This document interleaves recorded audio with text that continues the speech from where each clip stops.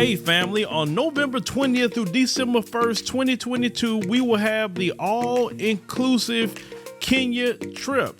Now, a lot of times people have said, hey, Phil, when's the next trip we'd like to go? I want to see Africa for myself, but this is the time to go. Everything will be taken care of. All the excursions are paid. You can do monthly payments. You know, they'll have safari and a 6-city tour. You will see Charlie Island, which is something that we did not see last time on the tour. This tour will be 12 days instead of 7 days. So make sure to secure your place on the trip by going to www.wbsvs.com, make your deposit, and then you can start making your payments, and we'll see you in Kenya. Hello fam, welcome back to the African Diaspora News channel. I am Wongel Zelalem, bringing you this report. Today's report comes from Kenya. 18 Ethiopian men were rescued from human trafficking. They were being taken as slaves to the Gulf nation. The victims are all male Ethiopian nationals, and they were found in a house in Athi River on the outskirt of the capital Nairobi. People believe slavery is over, but it really is not. It's either given a different name or it's happening and we just don't hear about it because it's hush hush. So these 18 men were being trafficked into becoming slaves, and thankfully the Kenyan police intercepted and they were rescued.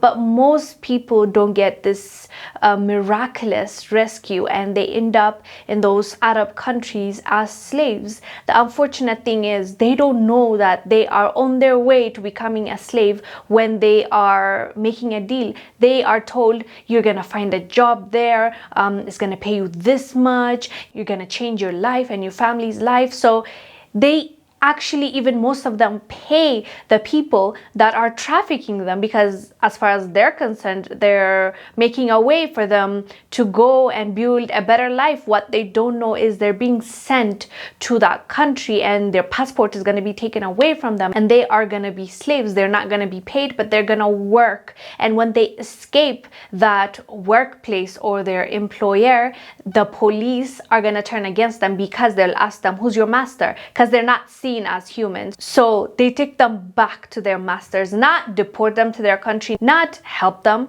They take them back to the person that was using them, and other times they just imprison them. There are thousands of Africans in prison as we speak right now that are still in jail and nobody is helping them, and the condition that they are living in, I've talked about this on this channel before. It's horrifying, like horrifying. They do not truly see them as human beings. And unfortunately, we've been talking about this for a long time. Even our governments, most of our governments, discourage people from going to these Arab countries. But unfortunately, some don't know about this information, but some people just decide to go to these countries thinking that it can be worse. As long as they pay me, I'm okay. But unfortunately, most of the time, they don't get their payment. Even when they get their payment, they might not get fully.